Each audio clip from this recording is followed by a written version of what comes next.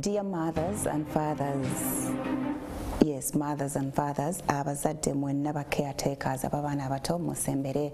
Leero tugenda kwogera baana n'endwadde ezitera okubatawaanya. Very many parents kumwe abali eyo nkimanyi nti muli mu kutoba n'abaana bisenyiga tebiwona, oluusi temperatures teziwona, ekifuba tekivaawo, n'onoonya ekyokukolera omwana nga tokiraba, n'ogenda mu basawo ne bakujjanjaba doozi n'eggwayo oluusi nga tolabawo any change. Waliwo n'ebyo bibaluma nga tebiri obvious to us. What are those that you should pay attention to gwalabirira omwana okwewala akabi, because we know that usually abaana abali below 5 years bali very fragile ng'ebintu byonna ebibalumbagana biyinza obutabaleka kyekyekimu. Tulina Dr. Elizabeth Namagala avudde eri Ministry of Health ate nga mukugu mu kujjanjaba abaana. Good morning, Doctor. Good morning. Tukwaniriza.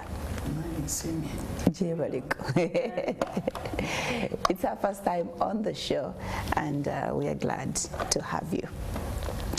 Abaana okuviira ddala nga yakafuluma mu lubuto lwa maama, ndowooza naawe wennyini mu environment balina ebibatawaanya.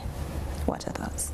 Some of them. Abaana naddala actually ku mwezi ogusooka omwana yakazaala first 30 days ennaku esatu ezisooka abaana balwalanyira mu Uganda, ndowooza ku baana abafa wansi w'emyaka 5 40% bafiira mwezi ennaku omwezi ogusooka ogwo balwalanyira okubanga ebibalwaza ebisinga bikwasaganya ku environment, ku maama waabwe engeri yamira eddagala oba yalabi, kubanga endwadde ezisinga zisobola okuziyizibwa singa maama abazze mangu okukebera mu ddwaliro n'engeri gyazaalamu.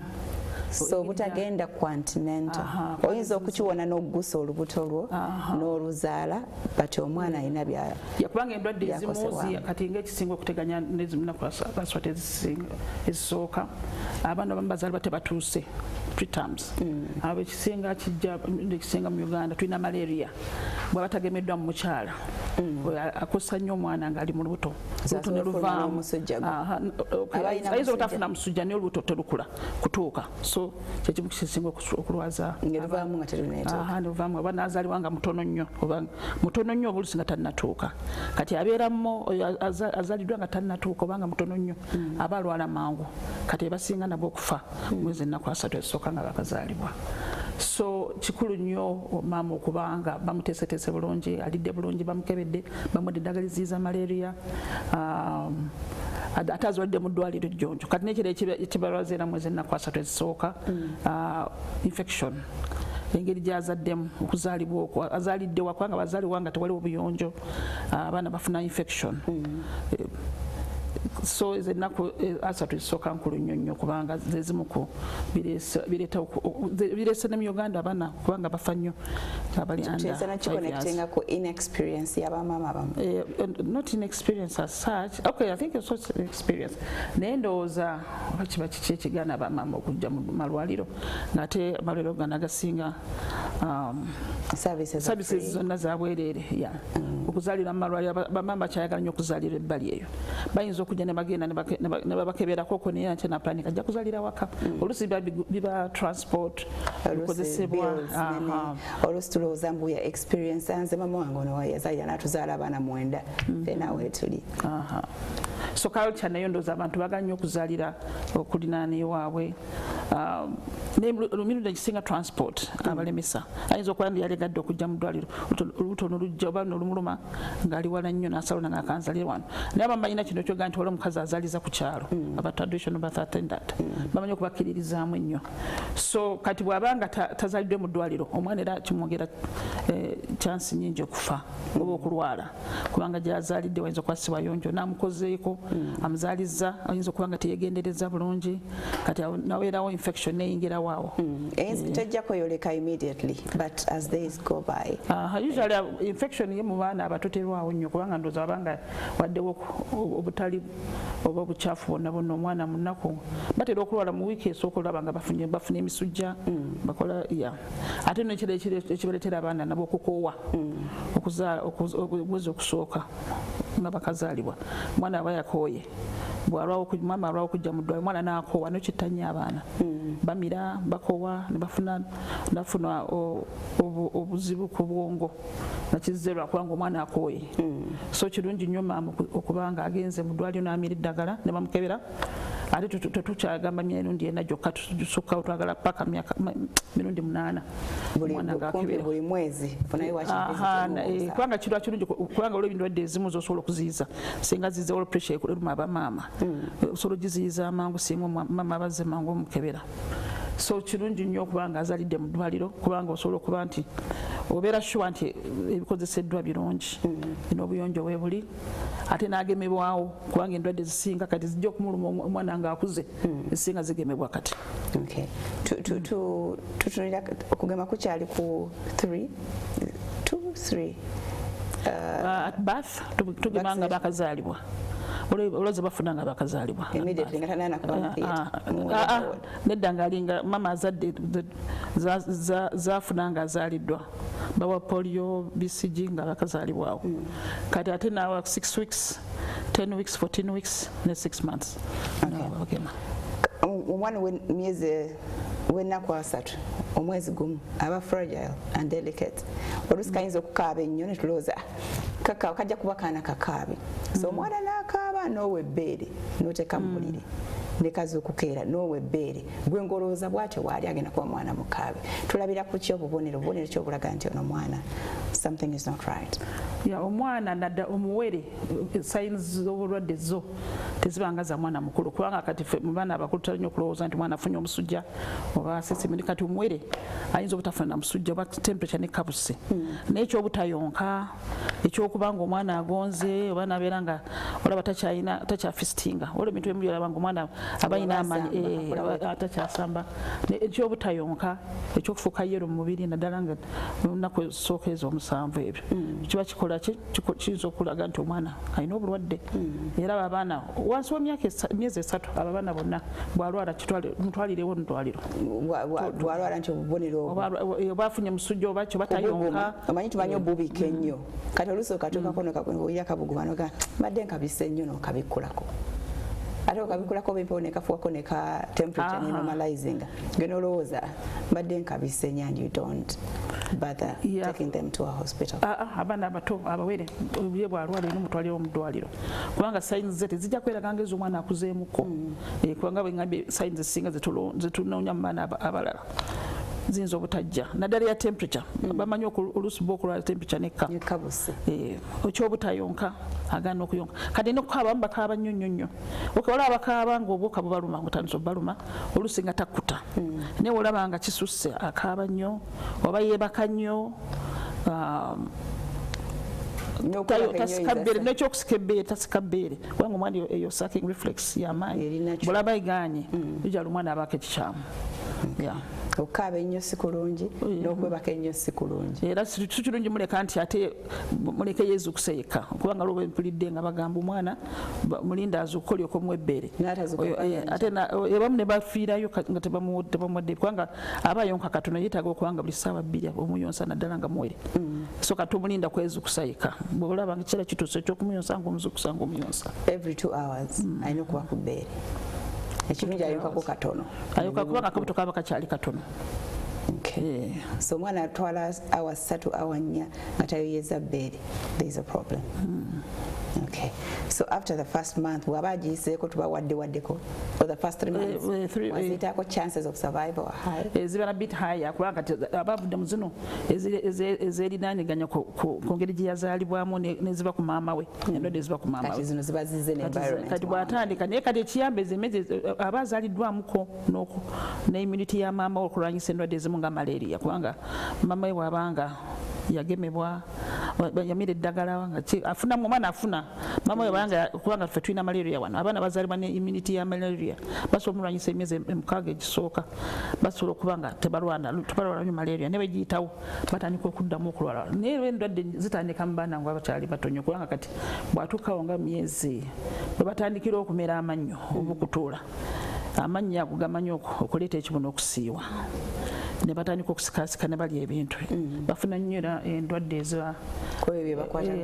bafuna nnyo infection simanyi infection bakiyita mu Luganda ne bafuna obujjamuzi obwo balwa nnyo okuddukana abantu balowooza balina ebinnyo we bakuutira bamaama batwala bakuuta amannyo ne kibalwaza nnyo bafuna omusujja ne gugenderawo obuka bugendera ddala buterevu mu ssaayi bw'ogenda n'okuuta ekibuno kubanga bamaama batera nnyo okuuta ekibuno nga balabye ku myezi awo enna ng'amannyo gavuddeyo abaana balwala nnyo olwokuba atandise okutuulamuko babiyita binnyo era olulaba agamannyo agali badde amannyo agagenda okujja mu future ye kasita abira nga omwana alina ebinnyo tubijja ku kiva in this day and age kubanga tukimanyi nti omwana atuuka ekiseera n'amera amannyo obuwanga bwaffe businga bakiririza nnyo mu binnyo naddala yonna bwe ngenze kubanga ne bwogenda Western Uganda West Nile yonna bakiriza nnyo mu binnyo nawano mu Buganda bakiriza nnyo mu binnyo tebiriiyo ffe ng'abasawo teri binnyo ekyo kye bakuuta kye balaba gaba mannyo ga mwana gagenda okuvaayo gali wansi bwe babiraba mwana bwaddukanamuko oba bwafunamu akasujja naddala nga tekagenze agamba omwana alina ebinnyo kati naddala nga addukanye kubanga olumama omuyanga nti omwana sinza kuba na mwana nga alina okuddukana mu nju yali abeeranga waggulu ngoba abeeranga kolo namukkiriza namutwala enaggulu eyo musiraamu omwana bamukuuta ebinnyo omwana n'alwala kati balwala nga tomanyi ki kibaluma bakuusa kibakwata balina habs zaabwe zibakozesa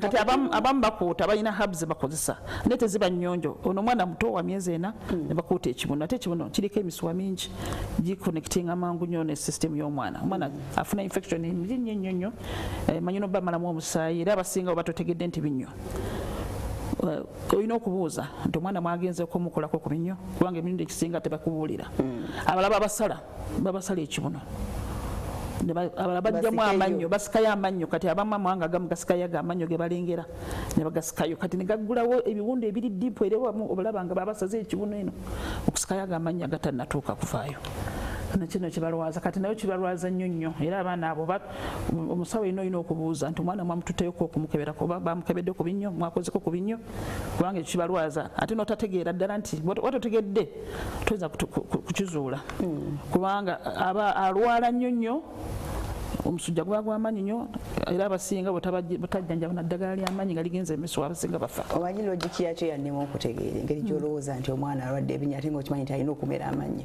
so that means amannyo gazze nendoza wano mukudduka so it's natural omwana amannyo gaba gadevelopinga addukana oba okusiibwa kw'ekibuno kuno n'agezaako okukwatakwata emitwalo merumeko okukendeeza kusiibwa kwe kuvaako infection ezinekirekeddukana kati kireeta okulwala okwo omwana kulya kubanga omwana ezo germs ezisinga zonna mpya ku ye kati bw'akwata akantu konna n'awa n'akaluma kubanga aba atandise okukombakomba buli kyomu aba akikomba myezi enaawo buli kimu akikomberera kati awo kyangu nnyo okufuna germs ne zimulwaza kati kasitamu asafunamu kadayero ako nga tubagamba ebinnyo so tekiri nakyo nti alina okulwala kubanga wabeerawo obuyonjo era ayinza obutalwala kubanga bw'oba olaba nga asiibwa omufunira ekintu ekiyonjo n'okimwana akirumaaluma okusinga bwakwatakwata lukyasanze ate ne toys nazo n'ozooza ne sabuni zibanga nnyonjo zagenda kyonna kyonna kigenda mu kamwa kirina okuba nga kiyonjo.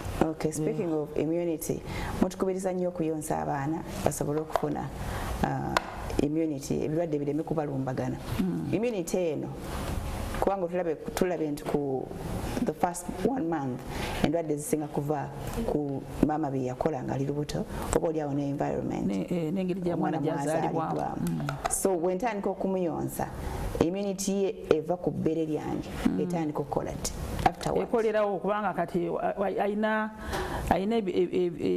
ebirwanyisa endwadde byafunirawo nga biyitise mu mabeere abeere gakolerawo bikolerawo omwana first of all omuwa ekintu ekiri nakyo kimuyamba n'okutafuna allergy kubanga oluusi ekireeta abaana okufuna allergies kuleeta kubanga n'amata getuwa abaana amalala gaba ga nte ga kisolo tegaba ga muntu naye kati gwomuwa gage n'ekyenda kyatondebwa kukola kikugoya mabeere ga muntu naye kati omwadde amata ag'ente nozolaba ekyenda kyente bwe kifaanana kati ekyenda ky'omwana kitono nnyo kati olina okuba nga ogasaabuludde mu ngeri entuufu ne gatakosa kyenda kya mwana kyobola tugamba abamaama bayonsa abaana bayonsiza abaana baleme kuintroducinga ebintu ebina emyezi ekisooka emukaaga.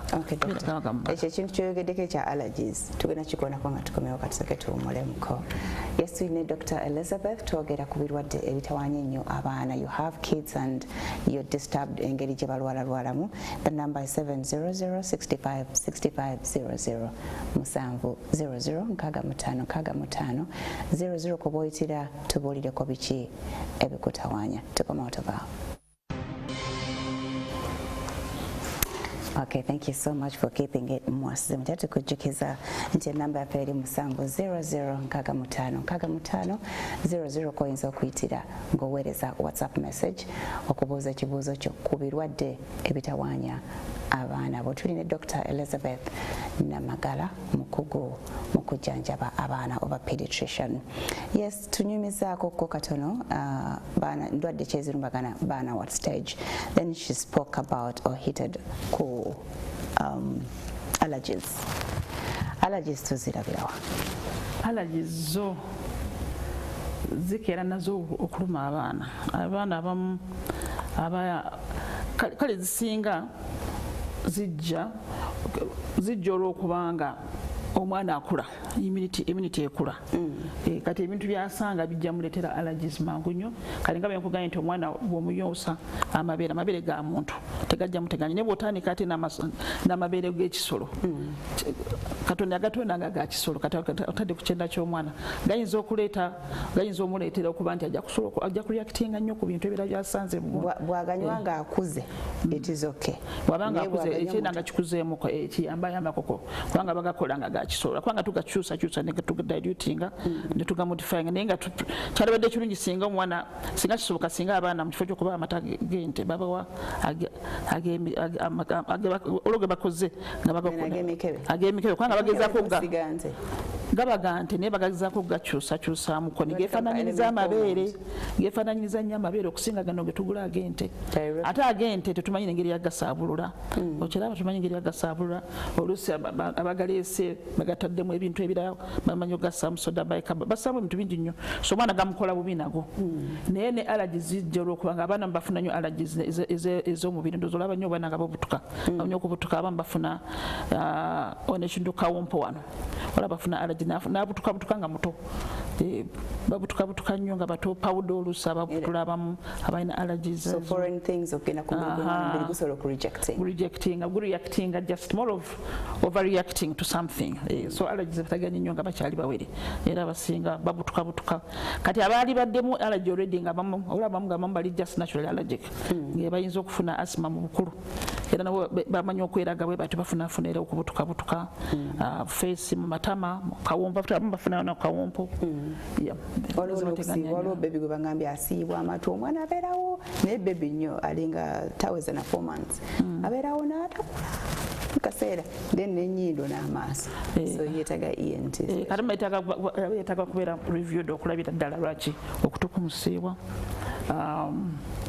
Ate oluusi oyinza okulowooza nti temuli kintu naye nga munne yamusaayo akantu omanyi abaana bato bamanyi okussa ebintu mu matu so zibongi naafuna review omwana ena waalwalira kiba kirungi once in a while n'omutwala omusawo n'amukebera naye amatu gali sensitive kati n'amaaso kati aba allergy abasinga bamanyi okuvaavaayo we batyo tandika okweragalaga n'abutukabutuka aba balina allergy okufuuka abajja obujonjo mu maaso kati waliwo ne infection zibakwata kati amaaso ago omwana bw'azaalibwa alina okuteekebwako tetracycline ointment olw'okubanga bw'azaalibwa waliwo infection eziyinza omukwata so kati okuzaalibwa kw'omwana waliwo package gye balina omusaako bamusaako nga banaaza ekkundi basaako balaga maama engeri gyajja okujjanjaba newborn bagiyita session newborn care naye nga part of that care yina okubaako n'egundi tetracycline eye drops ziyamba infection kubanga waliwo infection ezijja omukwata nga ziyita mu birth canal engeri gyaza maama aba alinamu infection eyinza omugenda mwana mu maaso tusaako tetracycline preventing ezo infections bafuna. Single application emala? Yeah, we usually apply it once at birth. Okay. All right. At birth. So omuzadde afunye omukisa n'afuna amata g'ente nga gali nga malungi sigano gagasemu ebintu ebyenjawulo bwe ngafuna for example nina ente yange waka tuli very sure bwe tugakama tuli sure obuyonjo bwago bwe tugenda okuwa abaana nga jungulula. How do I dilute ekipimo? First of all, I have 1 liter nteekamu how much? Okay, first of all, nga betugamba nagambye omwana twagala abeere ku bbeere paka myezi 6 nga tegwasseeko kyakubanga amezi amabeere gasobola okumala omwana. Mama abanga talina stress nga alya bulungi asobola okuyonsa omwana we paka myezi 6 ne gammala bulungi. Twagala muwa matagante ng'akyali muwere kubanga benkugambye matagante kati ate oba oga dilution eyo tozobeera 1 part to 1 part of water. But again, tenesagala kubeera I'm not so sure nyino ku cross checking kubanga amaka agaviridde ddala ku nte gaba maka nnyo. Dilution yago nezobeera half to half. One part of water, 1 part of milk. Okay, half liter of water, half liter of milk. Neera sagala kukyogera ku mpewo kubanga nina okubeera very sure nti kyekituufu kubanga abantu bajja kukikwata bagambe nti batugayo tuwa abaana naye nga ate ekiseera ekisinga abantu abasinga agamba tebagayina balina kati nga mu Kampala balina gana gajja mu dayari tomanyi buka bwago tomanyi bayongeddemu okay n'agajjesa tomanyi bipimo byago tomanyi dilution tomanyi engeri gye badilutingamu agajjesa tomanyi engeri gyagadilutingamu so kati okufuna ekipimo ekituufu nimwagamba takizibu kyobalaba nti emirundi ekisinga tugamba bamaama muyonse kubanga era ekyo tukyebuziza nnyo ogadilutinga otya naye katomanyi nakyo dilutinga agogondilutinga tomanyi kampani yeegaayo bwegafuna kuva ku nte gadilutinga etya okiraba so ne dilution eyo ogamba omwana omuwadde amata amatuufu tosobola kubeera very sure nti okoze dilution entuufu so kyobalaba tugambira ddala bamaama tubawa simple message omwana fe kulaba nti omuyonsa singa kiba kisoboka singa omwama abadde taliwo oba omwama afudde bamaama basobola kyali badde kirungi omuwaga n'amata g'emikebe kubanga factories gakola nga gefaananyiriza ddala n'endagiriro gapimamu nga nagente olwokubanga tetuli sure kizibu nnyo okutegeera engeri ogadilutingamu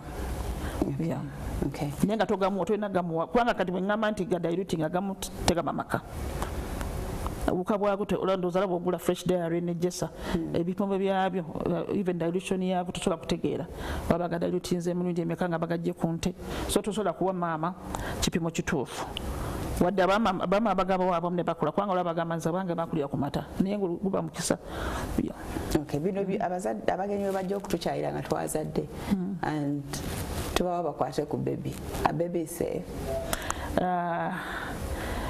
kubanga culture yaffe obuwanga bwaffe omuntu wajja okulaba ng'ozadde olina omulaga omwana ate ebintu ekisinga abantu batya n'okunaaba engalo balowooza omugamba okunaaba engalo olowooza omwekanisiza naye nga kyalibadde kirungi omwana omukwatako ng'omaze okunaaba engalo naddala oyo omuwere ate bwaba omuwere nga tannatuuka tomulaga bantu ate era premature tomulaga bantu kubanga oyakwatibwa mangu nnyo endwadde immunity tennakula bulungi sababu tebabalaga abantu bano abala oyinza omulaga naye nga kyalibadde kirungi omuntu yenna amukwatako anaabe ayambale masika tulina ssenyiga ono aliwo wadde talwaza nnyo baana abawere naye tetumanyi gye bakola so olina okwegeneza kulina okwanga kweyongedde nnyo kati ng'ozadde bebi naye tolina mulaga si kikulu nnyo tolina omulaba naye olwokubanga obwanga waffe olina okulaba ku bebi oyinza omukulaga n'omulabakoko naye si buli omwana nti azaalira oba oyagala okukulisa muntu nti azadde kubanga ava mu lutalo lwakuzaala obuwanga bwaffe bulina somehow tulina okulisa omuntu azadde kubanga ate abamu banyiga nga tolabye baana baabwe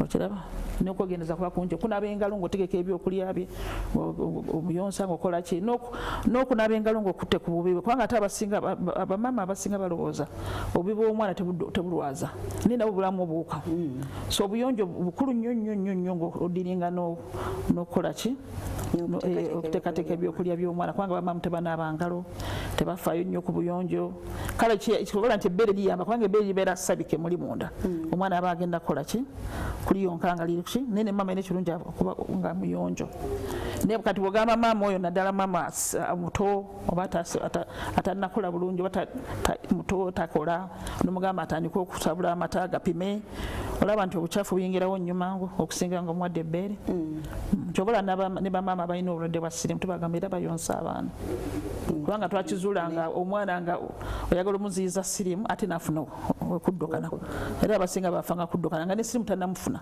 nafuna okuddukana olwokumujja kumabeere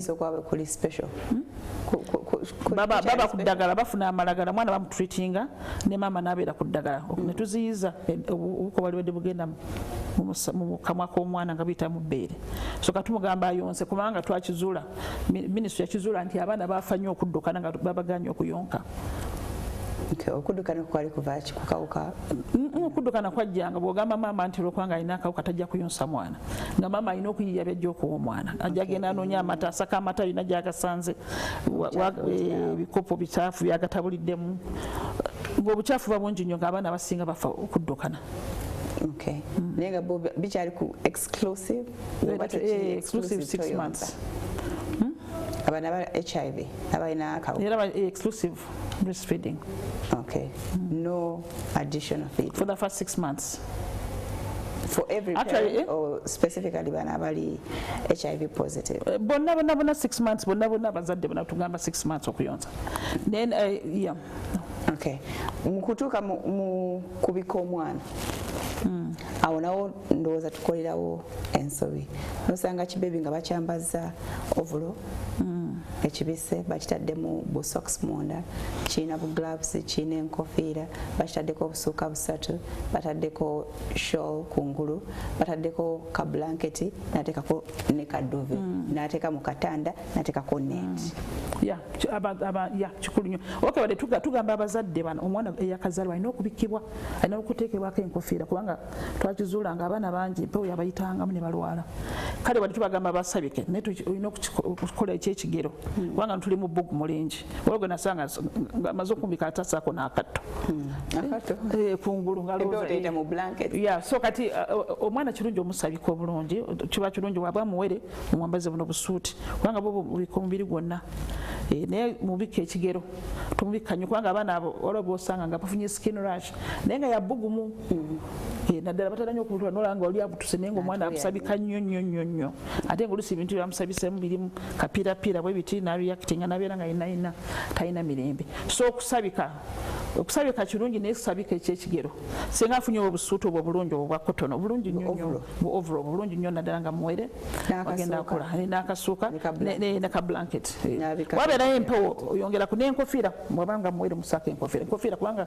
omutwe gw'omwana munene empewo eyita nnyo mu mutwe kubanga omutwe gw'omwana guba munene nnyo ogweraganya n'omubiri gwe gwonna so tugamba abaana balina okubaako akakofiira empewo bwemuyitamu ekimulwaza nawo kibalwaza empewo kyokita hypothermia naye erwaza abaana eyinza okubatta naddala nga tebwetuuse naddala obwo obutono empewo ebukolerera ddala bubi nnyo eyingira munda nebalwaza nabanga system tezikola bulungi kubanga empewo emuyiseemu era kibi nnyo kibakola bubi nnyo n'obugere bwako obusocks tebwali specific bulwadde bwe balwala because of okukankana okwo empewo yennyini omwana emukola bubi kubanga omubiri gukka temperature ekka nabanga omubiri gwe tegukola bulungi system tezikola bulungi ate nabeera nga asobola okufuna n'ekirwadde ekirala okubanga empewo emuyiseemu.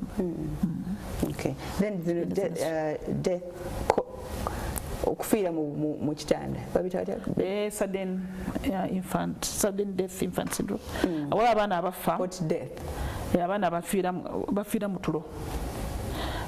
tulo kivako ki ekintu kireeta abaana okufa abo mu tulo emirundi egisinga alekerawo okussa obuluusi ayinza okwebako obubi engeri gy'omugalamizaamu emukola bubi kati kyateganya kiri nnyo komoni wano naye kiri nnyo mu bazungu olwokubanga ate abazungu bamanyi oluusi okwebaka abaana nga babatadde wala naye nga kiri nnyo mu bazungu oluusi omwana ayinza okwebaka kale waliwo ayinza okwesikasuka nagyebika mu feesi oba nakola ki naye kijja nnyo mu ngeri y'okussa kikwataganya n'okussa omwana alekerawo okussa naye ng'engeri gye yeebaseemu nkulu nnyo abaana bakizuula nga beebakira nga ate ku lubuto bebasenga okukola ki okufa. So at what stage tulina okwebasiza batugamba ennaku zino ku mugongo omwana abenga atunudde waggulu ku mugongo kubanga bakizula nga ate ku mugongo sudden death infant syndrome nga sinye asobola okwerwa nakanyikeza kasuka kamugudde kasobola okasendeka then olwala system ya eyaweebwa ebeeramu open nga yebase bwati okusinga kubanga aba mwana akyakula ng'ate webagalamiza bakizula nga bebagalamiza ne bakira ku lubuto ng'ate bafa nnyo. Okay. So ekyo kimataringa up to what stage of their life? Ekyo kitera kubeerawo in the first 6 months of life. Naye bamu bafuna n'okusukkawo naye nga emyezi ekisooka mukaaga basingira okufa. Bakigamba n'obutabampinga mwana amaze feeding. Kati omwana omuwere tolina kumuleka nga tomukebeddeeko kyekisinga okuba ekikulu. Ate bw'omala omuwa ebyokunywa nga bw'ogambye era ekyo n'omugyamu empewo kubanga omwana amata g'omuwa byonna bw'omuwa asikiramu empewo kati empewo naye bwetavaayo olubuto lujjula nnyo oluusi nebikomawo n'abimira naye sisitemu engeri gyekikolamu bweyebaka ku bugazi kisinga nadde gye emyezi 3 egisooka kimuyambako okusinga nga yebakidde ku lubuto olwokuba empewo erina okufuluma so bw'otagifulumya nga akyatunula oba tonamuteeka muli ejja kufuluma nga yeebase oluusi emisange nga ali mu position mbi eddene byeyanywedde munyindo everywhere osange nga afudde naye nga lwabamu abafudde nga nekibasinga omwana akeera afudde nga tolaba nakulaba nti amize naye oluusi biyinza okudda ne biyitira eri ne bitavaayo ku mimwa naye kituyamba ne Uganda tetukiina nnyo mu Uganda nga ate mu nsi z'abazungu tulowooza nti babanguka mu buli kimu kibalemera kuki olwokubanga naddala abaana abatannatuuka abaana bwe beebaka oluusi beebaka ne basirisaamu manya basisa ne basirisaamu sisitemu zaabwe ziba tezinaterera bulungi era kyobula nti omwana olina omukyekingako waddeeyo omutadde ne yeebaka mukebereko tomuleka noga nti yeebasisa mukaaga omwana yeebasi mukebereko buli ssaawa 2-3 kenda okebere ku mwana z'okusaayonke nga bwe nagenda omuntu yayagamba omwana yeebaka bamugamba mulinda azuuka olyoka omuyonsa n'amulinda omwana teyazuukuka so tomulinda nnyo nga tomukebeddeeko. Okay. Nenge ekyokumujja mutulo to feed is okay. Yeah, it's okay. Tomule kwanga olaba nga esira kituso okumuwa omuzukusa. Kwanga abaana abato abawere beebaka kumpi ssaawa 12 namba. Ekisira kisinga nga mwera aba yeebase so oluso olina omuzukusa n'olyoka omuwa. Kwera gwagenda okulimalirako tuba tumututi ngaddayo. Okay. So kutandika okubateeka mu bantu openly kati nga bino byetubatwala mu daycare for example. What age do you recommend? Daycare, first of all, culture etandise okujja wano olwokubanga bamama bakola mangu kyalibadde kirungi mama okulabirira omwana epaka myaka 3 singa kisoboka naye oba kisobose asobola omutwala mu daycare naye daycare alina okulaba nga nnungi nga aliwo okufa ku baana kubanga ekibi kya daycare oba weesize bali abagenda omulabirira ate agenda kusangayo abalala bamulwaze okiraba so ndabye abaana abagenze mu daycare from 6 months nga mama bagenda Sudan olwo nasanga agenda Sudan naliko waleko omwana emyezi 2 weeks 2 actually ngagenda kukola so ideally singa obosodde wakinofuna sister onamukulabira okusinga omutwala mu daycare kubanga daycare ezo zirimu obulwadde bungi abaana bangi singa ofuna wakiri omuntu oba sister wo oba mama wo nomulekera okusinga omutwala mu daycare kubanga baba omuwere nnyo oba omutaddemu oba omuguliddewo okulwala dozolaba abaana balwala nga bali mu masomero even up to 6-7 baba kyalwala olwokubanga baleeta endwadde endala banne bamuleetera ssenyiga bakola ati obuyonjo babuzibu nnyo okukola ki naddala mu baana abangi tayinza kubeera nga abeera waka so as much as possible bamama bafuba okola nti babeera n'abaana baabwe at least myaka 3 omutwala mu daycare naye wakiba kiganye maybe 2 years 2.5 ayinza ogenda naye si 6 months 6 months is too early funa wakiri oluganda gweweesiga mukuumire naddala ono mu Uganda bwe babeerawo nga basanya endwadde kuno bye beekwatako is it the air they breathe kizibu nnyo okugyewala nga naffe abakulu ababalabirira mututwalire abaana abato nga bolaba tebeegendereza tamanyi bukyafu ne bwagenda mu toilet olina omulabira kubanga bwagenda ku toilet agikwatako ayinza okutanaba bulungi engalo ne wabazi naye nezitatukula ate bagaba n'ebyokulya onaalyako kati ate omuwere buli kimu akikombako so olina obuyonjo bulina okubaawo 24/7. Okay. Kati senyiga ono nga yabakutte lwaki abalemerako nnyo? How do we treat senyiga oyo baana abato?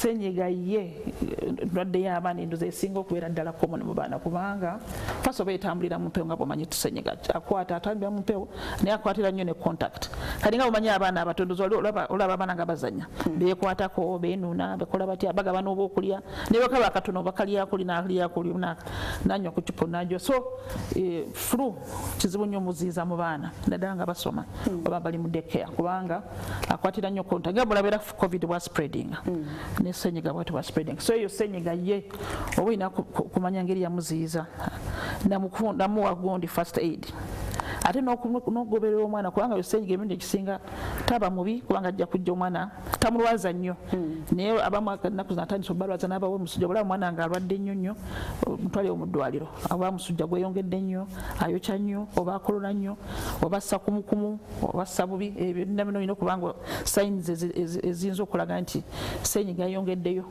oba agenze mawugwe awo ng'omutwalirewo mu ddwaliro kano kalomofulumbu atandise okufeesa alina obunyiranyira tekatupakusa bw'abanga talina musujja ng'alya bulungi azanya bulungi awo tewetaaga nnyo genda mu ddwaliro muwayo fruit yinza omukolera ka mangada juice bw'abanga oluusi olaba ali fasting oba tali bulungi yinza omuwayo ka syrup ka panado kubanga senyiga oluusi abalumya nabo babulira bubi oluusi bayitamu empewo oba n'omwegera omusabika n'omuwenyo ebyokunywa era tugamba muwenyo ebyokunywa funa fruits ate ofuna nnyo zino oba nanansi egenda musaka mufuna ezimayo ezigenda omuwa ezijja omuwa vitamin C nga tezimukoze eki tezimwasiza atememwa muwenyo okunywa mu observing musimula eminyira tomuleka nga kubanga Abannayuganda bamanyi okukuba ekifaananyi ng'omwana eminyira gimukulukutako nti noba simula ennyo obuginu ne bukulubuka opatinga bupatinzi ng'omugira naye n'omuyamba oluusi ennyindo zibaamu eminyira n'omuyamba nezikola ki n'ojjamu eminyira egizzeewa n'ogizibikula ate oluusi bafuna obuzibu nga beebase kubanga ennyindo zibikira ofuna saline drops obwo nossa mu nnyindo n'atazibikira nnyo so senyiga yekyangu omucontrollinga naye kirungi nnyo okubanga olaba nti yeyongeddeyo kubanga abaana abamu bafuna senyiga oyo ate n'abaana ne balwalira ddala ne bafunira ne pneumonia omwenyo okunywa mutwale bamukebere kubanga oluusi ne mukamwa abamu bagamba nga alina nti obulago bumuluma kirungi bamukebere oba amatu gamuluma oyo no yayongera tulinawo kano kaddole ka mwezi gumu ebiri senyiga n'akakwata jukiro gayi tubawe bu fruits obo bu juice naye kano tuliko exclusive omwana alina wansi w'emyezi 3 bwalwala omusujja alina mutwale musala mulabe kubanga oyo muto ne senyiga bwabanga mutwale musala mukebere naddala nga alina omusujja bamwekebejje bakalabale b'amatu bakebere mu matu bakebere mu kamwa bakulakulamu from 6 months omusawa mukebera nala bw'aba afunye mufira mutwale musawa mulabe kubanga care eri free of charge naye olaba nga just flu minyera gyokka talina musujja azanya alya bulungi it's okay naye olaba nga atandise okugonda afunye omusujja okukola kweyongedde okusa mutwale musawa mukebere kubanga kiba kirungi n'okukebera okulaba emimiro bamanyi okufuna amabwa mu bulago n'okufuna infection mu matu kati abamu olabulabi ng'omwana okutukutandisa okulukuta naye nga teyategedde nti ki kubanga senyiga emimiro egyo gyegatta n'amatu so kyobola nti kiba kirungi naye omutwana ne bamukebera ne bamulabako bayinza otamu antibiotic kubanga emirimu egisinga ebeera virus naye nga kirungi omusawo era naye amulabe omwana bwe tutamujjanjaba matu ago mangu asobola ofuuka deaf kyangu nnyo okudamejinga ezo gundi middle ear erimu ebyo biwuliza osobola okufuuka deaf kolola ennyo nako kuyinza kireeta kubanga manyinga emimiro gyaffe kikwatagana n'amatu so emimiro ekisinga emimiro bwe girwala n'amatu gayinza okulwala kubanga olaba ndoza ennyindo emimiro n'amatu gakwatagana eyo mu throat munda kiwanga kati demutuumula mukatana nnyo tukomawo so when they survive those 5 years what is the other danger era eri ku baana kuba asigala ng'akyali mwana naye ng'eri stage gitusinga okweraliikirira agivuddemu tukomawo tabaawo.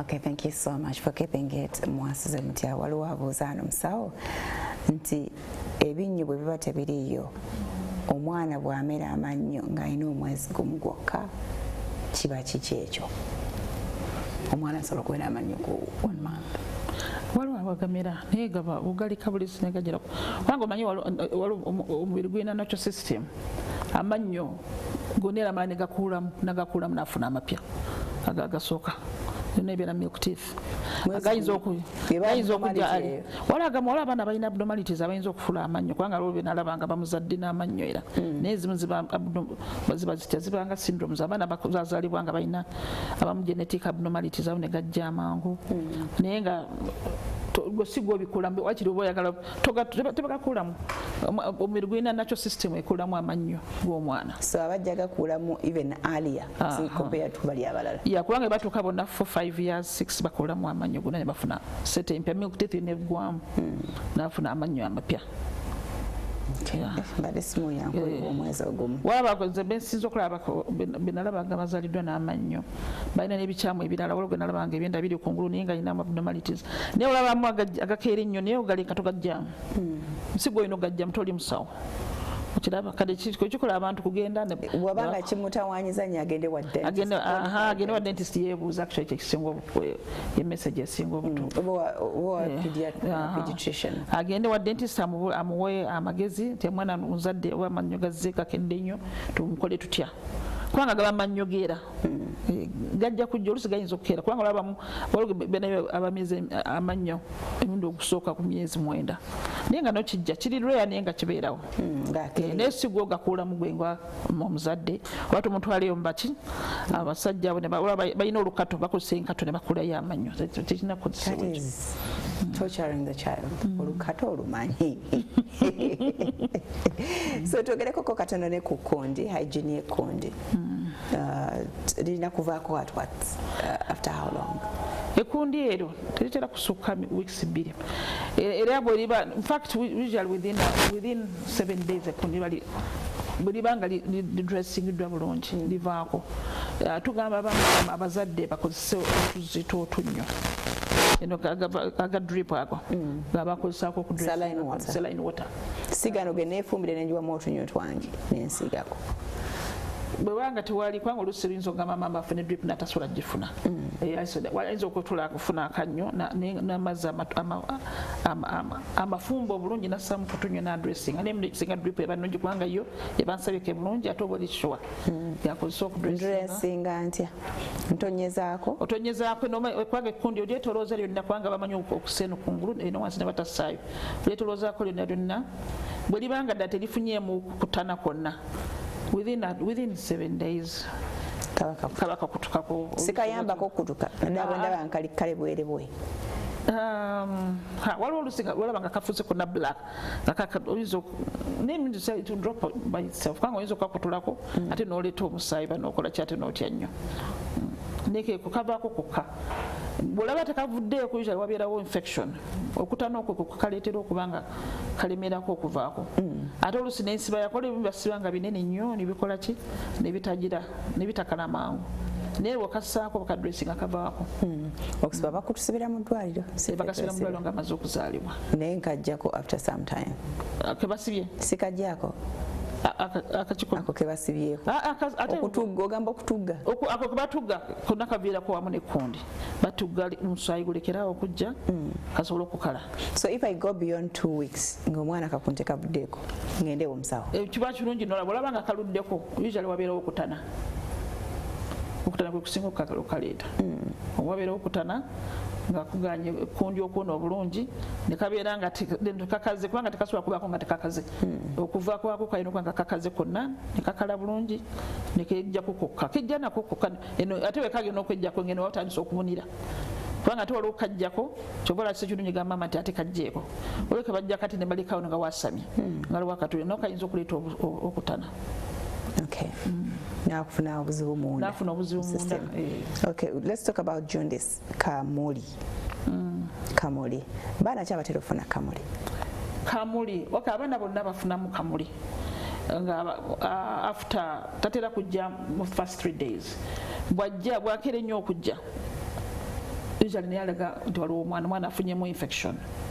okay kubanga abaana bazalibwa n'omusaayi nga mungiko kati wamala okuzaalibwa omusaayi gumu gwononekamuko ne gufunamu kayero kabeerawo between 3 to 7 days awo kali nomo naye kasitola nga kakedde omwana azaaliddwa tanaweza 3 days naye ngolaba inafuuse yero oba nalwawo okufuna oba kali akazi ne kalwawo okuggwako ate kali kaba katono kali akajja kali nomo olaba ng'omwana alina afuuse kyenvu tayonka bulungi teyeyagala aweddemu amaanyi olwo mama yankubeera nti omwana ayanjadde engalo naye kyali ategeeza omwana tafisitinga bulungi omwana amunga alina amaanyi mu binywa aba yefunyiza bwati olandoza bubebi bwera bwe buti naye olinga yina ayanjadde yina aweddemu amaanyi wayita flopi yina nga olaba aweddemu amaanyi kitegeeza nti mulwadde so akamuli bwe kakeera ennyo okujja oba kalwawo okugenda kitegeeza omwana alina ki ogambye kava kuki musaayi kati waliwo akajja mu baana abamu naddala lwokubanga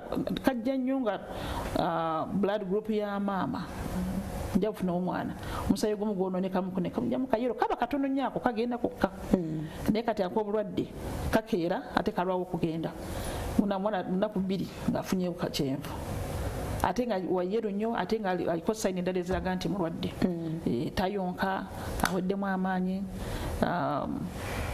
oluusi yesika aba kiraga nti afunye okutana atera nnyo okujja oyo abazze lwakutana abatanye munda infection afuna infection nga bamuzaala omanyi n'okuzaala kw'omwana okwo kwennyini maama ayinza okuba yamuzaala naye nga mu process y'okuzaala amazzi ne gaabika membranes ne zaabika infection ate n'alwawo okuzaala membranes ziyinza okwabika n'asuusa olunaku nga tazadde kati infection eyinza okuyingira n'erwaza omwana kati omwana agenda okuzaalibwa nga yafunye dda infection be bafuna mangu kamuli n'olaba nga kamuli azze sayini ya infection naye bano abalala bo bafuna olwokubanga gurupu z'omwana gurupu y'omwana ebanga eyawukana omwana wabeera gurupu O oba mama n'aba AB oluusi omusaayi gumu gwononeka gwemikisingamu awo nga bagusala negufamu omwana nafunamu kayera akatono kali kaba katono nnyo kali aka bulijjo within 7 days kaba kagenza tumujjanjaba tutya omwana kati oyo afunye kyenvu yenna weba infection alina okubeera ku kitanda ne bamujjanjaba kubanga bafunye nabanyo nga bakubira abasawo abajjanjabisa ekinnansi saabasamize ekinnansi agenda alina okuddayo mu ddwaliro omwana bamujjanjaba alina oluusi bamuwa n'eddagala muswa kubanga omwana bw'aba afunye infection mu system ye olwokubanga muto immunity ekyali nto kyangu nnyo infection ogenda eyingira mangu musaayi ate kyangu nnyo ogenda ku bwongo n'afuna ne meningitis so infection y'abaana olina ojjanguyira omwana alina okusigala mu ddwaliro ne bamuwa eddagala bamuwa eddagala erimujjanjaba okuziyiza infection okwongera okubuna naye bwesukka ennyo kati bano abalala bafunye olaba abaana abamu afuna kyenvu asusse olaba bafuna kyenvu balina ekitala kyebabasaako nekiyamba oyo gundi kyenvu okola ki naye wa infection tebatera musa ku gundi ku kitaala bajjanjaba infection oli omala gwatera okussa bwaba asusse ennyo gwatera okussa ekitala n'akikendeeza olaba batono nnyo ababaamu ekibumba nga kirwadde abafuna kyenvu naye batono nnyo naye kirungi okuba mu ddwaliro kubanga eddwaliro lijja okusalawo lijja kukubuulira ntono kyenvu avudde ku infection ono ewa bulijjo abasikosol nabo bafuka kyenvu naye tebafuukirawo kwegyo emyezi kubanga olujalo bazaalibwa n'omusaayi omulala ogubayamba ne batalabikirawo batera kulabikirawo ku myezi 6 abamu abalina owamanya ola abamu abakeera okuvaayo ku myezi 3 n'agamba omwana yaggwamu omusaayi naye bye batono nnyo abasinga mu myezi 6 batandika okulwalira si mwesejja emyezi ekisooka 3 kati ng'ayise mu myaka 5 egyo gitweraliikiriza senyiga mulumbaganye bikitemperature kati wafunayo nekino ekya infection olwotugenda mu ddwaliro abazadde alina infection kitutawaanya nnyo twamanyira malaria era ne bakebera ne bagamba mulina malaria naye ennaku zino omwana omwiri alina all the signs abuguma kanafunafu appetite egenze notuka ne bagamba infection. What is infection? Kati infection kiri general nnyo kubanga omanyi omwana oba infection mu Luganda bakiyita batya oba kulwala tekuba kutana ofuna germs mu system naye omanyi nti ekirwaza infection kiyinza okuba mu matu mu mwana eyinza okuba throat eyinza okuba urinary tract infection eyinza okuba ina akayute somewhere ebyo nebyo kubanga ekibigambisa abasawo nti omwana alina infection balaba white blood cells nga zeeyongedde wali eziraga nti ena infection ezeyongera baita neutrophils ngagamba omwana alina infection kati bwagamba nti omwana alina infection aba takubulidde wa infection weeri yajjanja bujjanjabe ne infection zimu zeetaaga eddagala eryawufu waliwo kati omugwe Manya yafunako infection naye kati yalina gyebaita gastroenteritis yalina infection mu kyenda yalidde obukyafu kiraba naye naafuna infection so kati omuntu agamba nti infection abaalabu bakigamba nti infection naye y'omusawo alina okuzuula infection eriwo eyo kubanga naye bwotagimanya weeri nakyo tekiba kirungi kubanga infection zijjanjabibwa n'eddagala lyawufu ezimu ziba zireeteddwa bacteria endala singa ezeraga nga white blood cells zirinnye ziba za bacteria naye bacteria ayinza okuba mu throat ayinza okuba mu matu ayinza okuba mu kayute ayinza okuba mu urinary tract ayinza kati ngoni gwe nagamba yali alidde obukyafu infection yali muki mu lubuto okiraba ayinza okuba typhoid so kati kirungi nnyo omusawo era omukebera togamba bugani nti bataddeko kayiso ekirungi omusawo omukebera ki ekireeta UTI mu baana abaana UTI eri common lwakubanga nga bwe nagamba omwana omuto naddala abawala urethra yaabwe nnyimpi kyangu nnyo okuyingiza infection muki mu system eyinza n'okuva just ku diaper nti mumulwisizaamu mu diaper yakozeemu pu kiyinza okubaawo po ayinza okubanga urethra y'omwana eba nnyimpi ebeera ndoza less than 4 cm eba nnyimpi naddala mwana omuwala kyangu nnyo infection okuyingira mu system ye neyamulwaza kiimprovamu bwagenda akula wabeerawo enjawulo abatakyalwa naye babato abo kyangu nnyo okufuna infection olwokubanga omwana omuwala ka urethra kaba kampiko so infection etambula mangu negenda mu blada oba nerwaza urethra urinary tract system nembalenzi nabo era basobola okufuna infection naye abeerawo nga yeesiiwa ate okusiiwa okwo urinary tract infection sireeta okusiiwa okusinga candida abaana abatera bafuna candida bafuna candida naye kireeta candida mayi candida candida si sexually transmitted disease candida akawuka ako kabeera mu mibiri gyaffe naye kabeera nga tekakula nnyo kati bw'omwana bwemuwa antibiotic bwabeera kusirapu zino ennyingi ezitta bacteria zitta bacteria ezo ezimu eziziyiza ako candida okukula kati bw'omwana bwabeera kusirapu nagibeerako wiiki namba ate bayita omwezi naddaddamu bayita weeks aba abeera ku antibiotics all the time kati wotta bacteria ziri ezirwaza ottiramu n'ennungi eziyamba okukoma system ngebalansinze kati system etabalansinga bulungi candida olwokubanga ye already abeera mu system akula nnyo yaleeta oyo okusiiwa oluusi omwana naddala mu private parts afuna okusiiwa kubanga oluusi kati oba osise bacteria z'omu lubuto omwana n'afuluma kakandida avudde mu lubuto n'agenda n'akwata eno emabega mwana gy'afulumira kati oluusi n'okukola kinenapyo omuleka nnyo mu diaper nozireeta dampness omwana ayinza okufunira candida olwokubanga ki omubiri gukyuse omwana abeera papa zimwokyeza zikozeera candida ayinza okujja n'akola ki n'aleeta abaana okulwazaawo so candida ye emirundi egisinga antibiotic use oggyako abaana sikirungi zirwako for so long kubanga ota bacteria eziri nomu nezireeta overgrowth of candida so candida yasinga okuleeta okusiiwa kati abaana bonna gola balina nga asiiwa emirundi egisinga ebeera ki candida n'abalenzi era naye asobola okusiiwa so tubanga antibiotics ennungi naate nga buli tugenda mu ddwaliro bunaddala buno bulwala nga buddiŋŋana era batuwa antibiotics don't we have alternative treatments kyovala anti flu asinga abantu bamujjanjaba buli flu omwana bw'atandikira sikirungi omuweerawo antibiotic kubanga emirundi egisinga ebeera virus esooka okulwaza omwana kati wayitawo ng'ennaku oba 3-5 awo bacteria bwe zijjiramu so bw'otandikirawo antibiotic oluusi oba ojjanjabanga kyojjanja tekigenda kubeera ki ddagala tegenda kukola kubanga toyinza antibiotics zitta bacteria naye kati flu asinga virus zimuleesa kati weweerawo antibiotic oba ogyonoonye kati ate ogenda kukola ki kuleeta system y'omwana okubanga teri balanced atandika okufuna ebyo gundi candida kubanga abaana obusinga olaba singa bakuteredde layini ya syrup zebabamize kubanga olwomuyandaga layini ya syrup omwana wa myaka 2 nga syrup zonna zimalewo gundi alinganga alina famasi awaka antibiotics nga 5 zilinganga 50 bukyanga omwana kuva mu mwaka gumu paka 3 ng'omwana buli banga abeera ku antibiotics so system y'omwana ena ebeera disorganized n'aba kati ng'afuna ezo candida ezo overgrowing. So the best way to keep kids safe is preventing endwadde mu bbo, maximum hygiene obutateeka nnyo mu bantu batambula n'abaana ku mikolo gy'okuziika akoleyo ki buli muntu n'asitula akange kakumugugu kakumugugu then be ready to treat maximum hygiene n'okugemesa abaana kubanga nga bwe nagambye endwadde ezisinga tuzigema kati tetugema munaye baana abantu bagema baana ezisinga era abaana olwo clinics zetugendamu nga abaana tebakyalwala kubanga endwadde zaali zibalwaza ezisinga bazigema bagema pneumonium akaleeta meningitis nakaka hip hemophilus influenza strep pneumonia zonna bazigema zonna kati ziyamba okukola ki kweziri ku national program zonna bazigattako so kati kyobola nti abaana waliwo vaccination gye nalabasabirako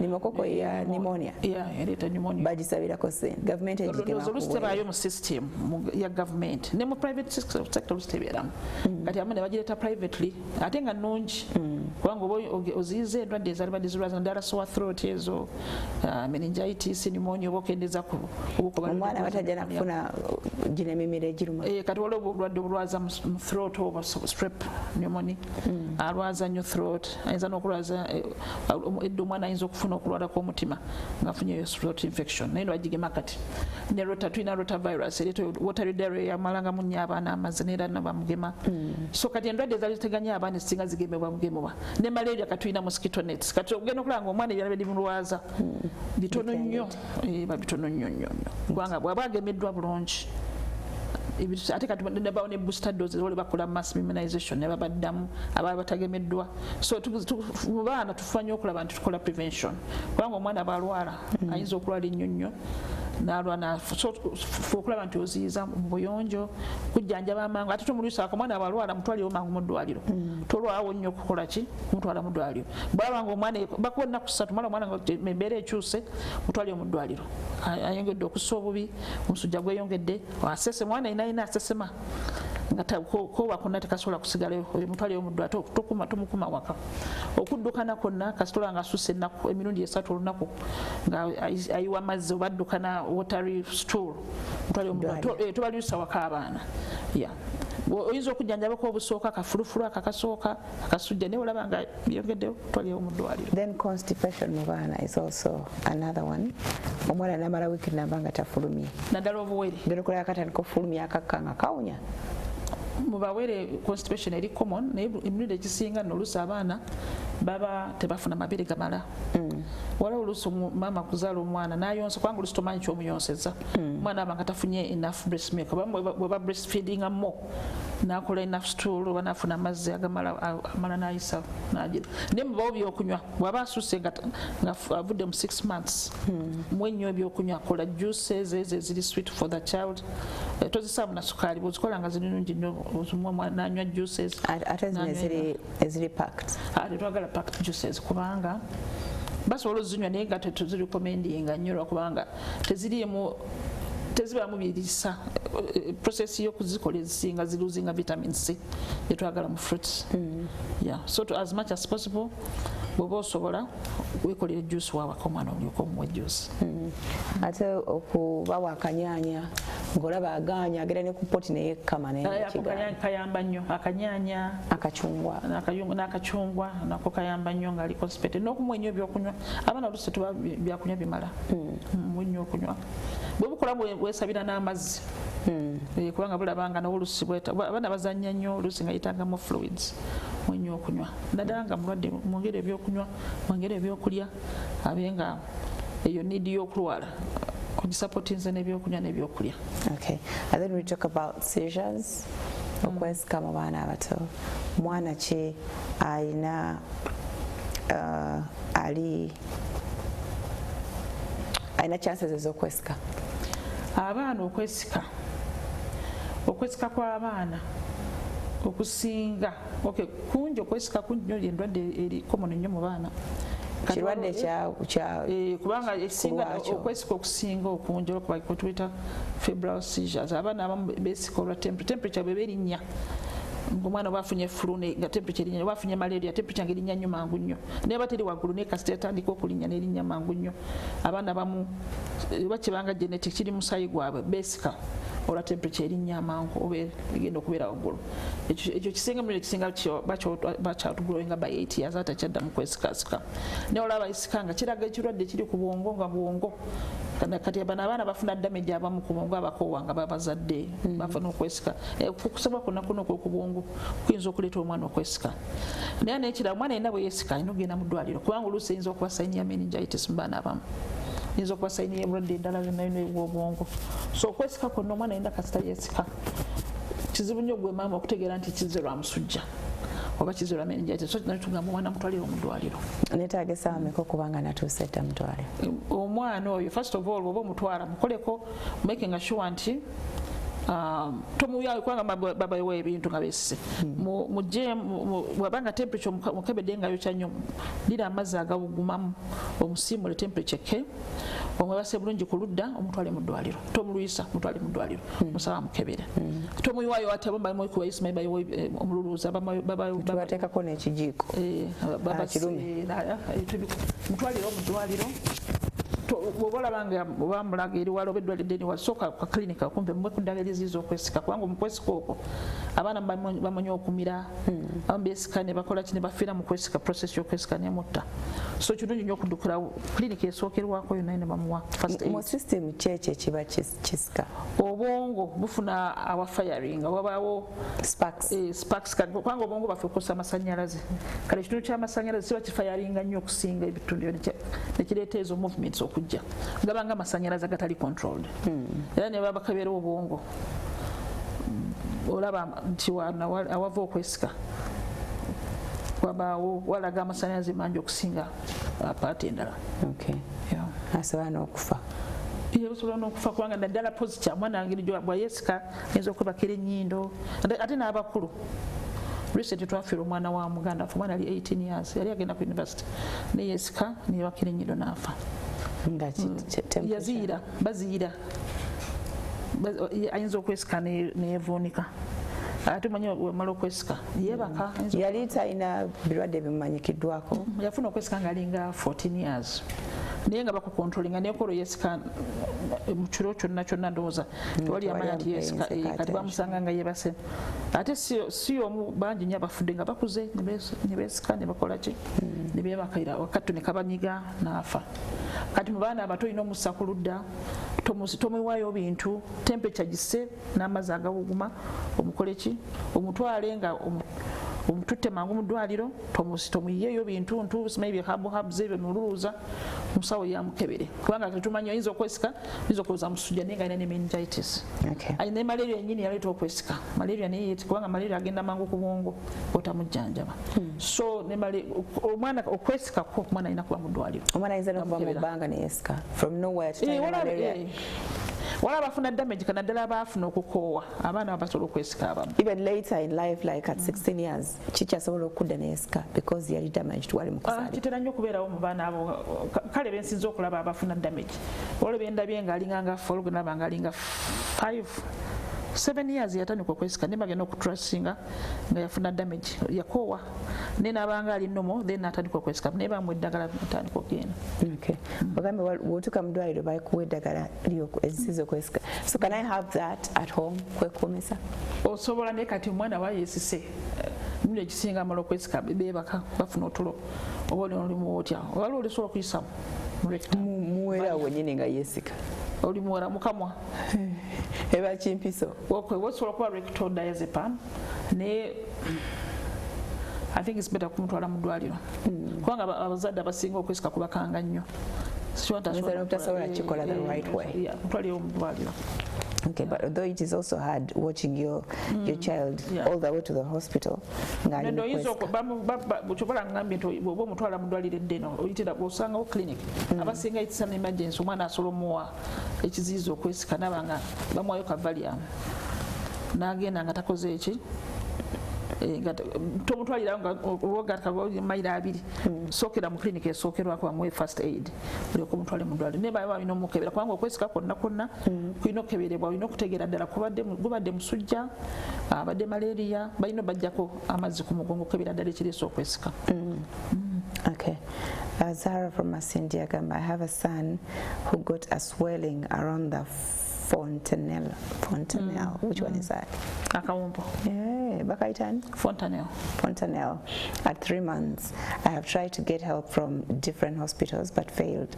He is now 1 year and 7 months, but it's not increasing in size, and the boy's health seems normal. What can I do about it? Swelling, swelling. Fontanelle is one micro, the miaka is satu. Mwaka gumyezi 3 fontanelle zibatandise okulozinga. Fontanelle eno bwobanga mu baana abawere batenna closinga bwezimba eraga ekiri mu bwongo kubanga beeraga oluusi amazzi gaba ebeyinza okulaga nti omwana obwongo buliko ekikyamu oba amazzi agetolodde obwongo galiko ekikyamu naddala nga geeyongedde obungi obanga mulimu infection abalina meningitis kavaayo naye kati omwana omwaka wabanga kazimba ku 3 months kiyinza okuba si fontanelle kubanga fontanelle teyinza kubanga ezimbye ate netuka mwaka gumu myaka 3 kozi nga ina yasigalawo ng'ezimbye naye tegejja kati tulina okutegeera nti wagonda oba gumba liryazimba kubanga kizibu nnyo kubanga omwana oba atusizza mwaka gumu myezi 3 myezi 7 gumba awulirawo gumba awo baliwo mazzi omutwe munene yeetaaga okugenda omulaba omukebera akawumpa ako kiba ki exactly akawumpa nga bwe nkugambye eggumba lino omwana bw'azaalibwa leba terina eggala kati lirikawo kawindo kaba diamond shaped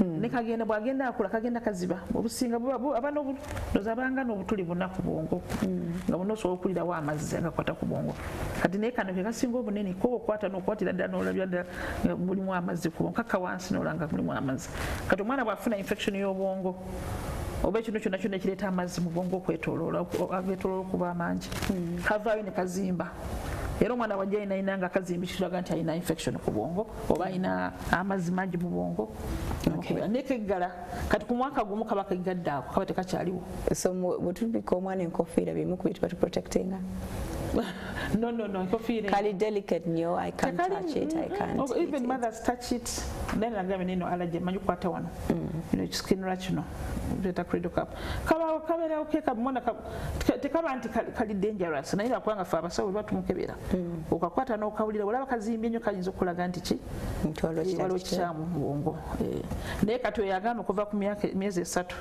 nti kazimba nekasigala yinza okuba kiri kugumba naye nga anaakula omwana nga ali nomu kubanga olaba agambye nti akuze ali nomu ayinza okuba nga gumba lyalaba nga lyeryazimba nga kisi kawompo bwekaba akawompo aba alina okugenda n'akola ki n'akeberebwa ku bbanga kikwe tugamba mu akawompo keeziba completely usually by I think 18 months buna buba bugaddewo okay that's eba tebukyaliwo obumuggalawo mangu nnyo yeah 1 year and a half no okay kegaddewo my child of 3 years sometimes produces things like a woman in ovulation. Is it normal or babulwadde? And I closely monitor her. She's safe though, just started school this term, but even before school times, she could produce such. What, discharge or what? I think it's a discharge, that slippery water that we get during ovulation. Ovulation. No, normally abaana tebatera releasing and discharge nga bakyali bayita kukeberebwa kati abalabibwa PID oba ayinza okulaba abalabe Pediatrician soka kubanga normally ekiba hormonal changes zisinga okukoleza omwana wavubukira that's when secretion starts changing ezintu naye abaana nga tebanavubuka tebaba na secretion waliwo n'omuzadde yajjanga yemulugunya omwana nga bleeding baby of 3 months now that is also another complex thing hormones waliwo hormonal imbalance mu mwana abayita kugenda okukeberebwa okulaba hormones bazipima bwe ziri wabeerawo wagiyita batya precocious what waliwo precocious puberty omwana akeera hormones ez'ekikulu zijja mangu mu system nafunye ddala menstruation wa 3 months nga kiba kati yeetagira ddala whatever medical check-up kiba something complex nga yeetaaga okukeberebwa okulaba ddala kyekiri nga kiba hormonal. Okay, tugenda kuwummulamu katono bwe tukomawo dokita ayongere okuddamu ebibuuzo byammwe atanaweereza. This is the last segment coming. Please send in your question as early as possible. The number is 700 65 65 00.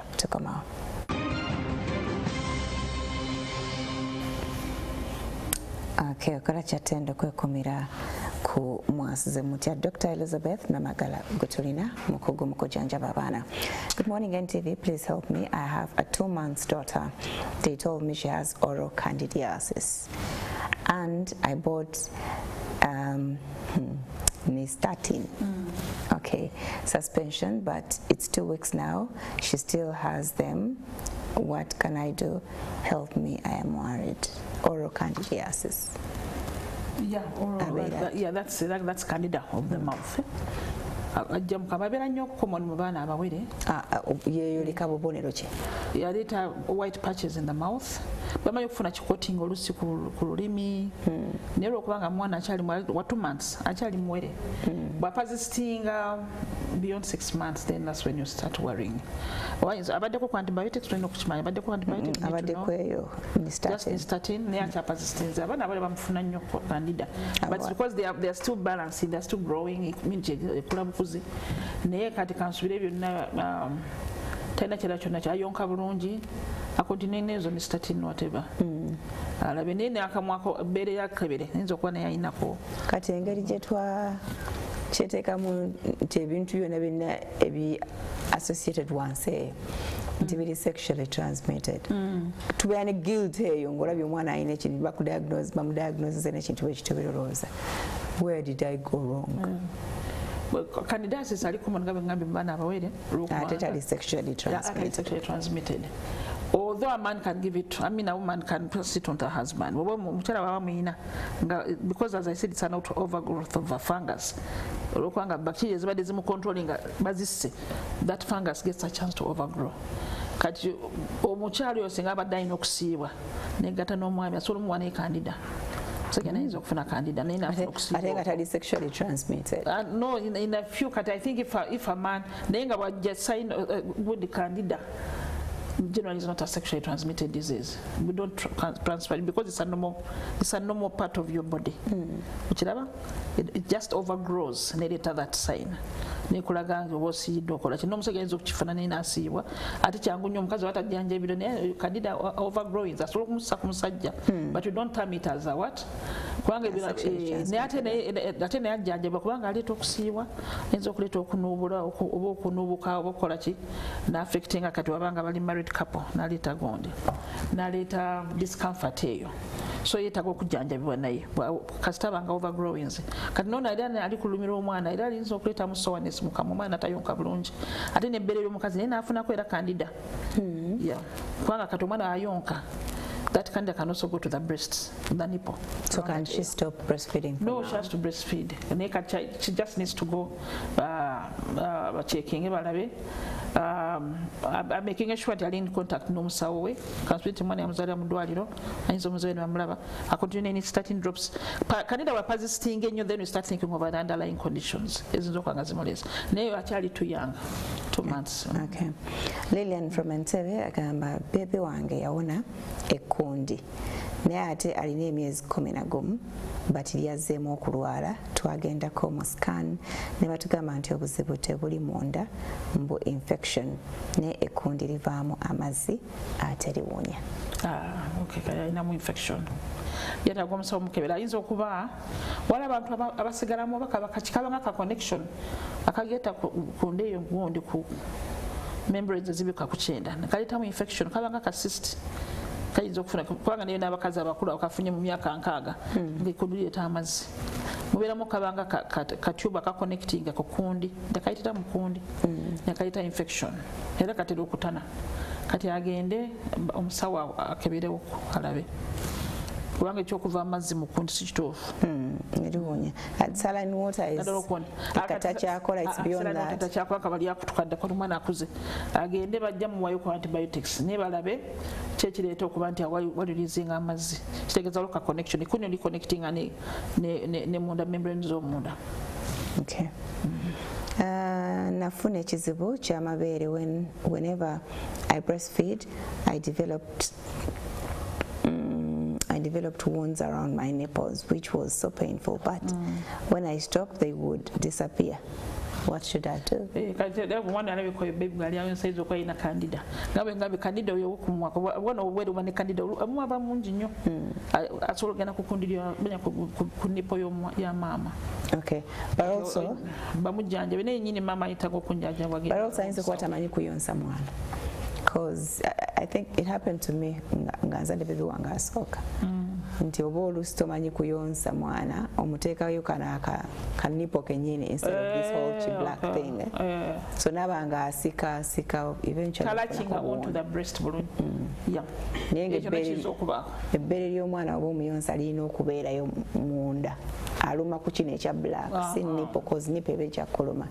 Eventually wagisaakinga ennyo n'agisika eba egenda kufuna obulungi. Yetagala abewa midwife amulage how to alabe nti omwana omanyi kirungi nnyo okulaba omwana nga mama amuyonsa. That's when you can see omwana alakinze on well or not.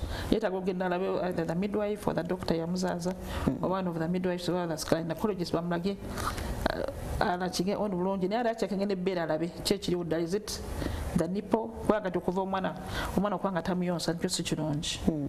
Okiraba ate kizibu oteekako eddagala kuba olowooza essaawa yonna agenda ddiyo yanga nyinza obutalisingunako kimala. Ayinza okumira obukerenda natasiigako obukerenda obutakandida if there is candida asobola okumira obukerenda not applying a tube. Okay. Ne agenda alaba omusawo omusawo alabe engeri gyayonsaamu ayinza okuyonsa kutuufu even just to check the breast buwundu omwana yamuluma oba kiki anyonyoleko ku gynecologist we.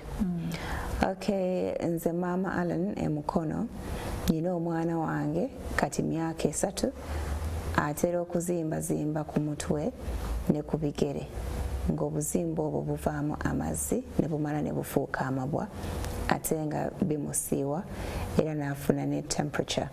Alina buzibu ki kubanga abasawo batera gamba nti infection. Waliwo obulwadde era skin infection likoma no mu baana gibata impetigo etera nnyo okuma abaana bubanga bujjanga katututu naye lwokubanga busiiwa omwana bw'atakula skin ne breaking buleeta okutana ne buzimba naye kati kikola obi wanawatanyi oyo fluid bwegenda walasobola okutambula butambula era abaana babwesiga nnyo ne mu masomero alina okubanga yabijjamba ku mwana mulala naye bwetaaga okujjanjaba abeera ku sirapu sobola okukola ki sibina musuna siwati namusuna kubanga namusuna engeri gyatandikamu.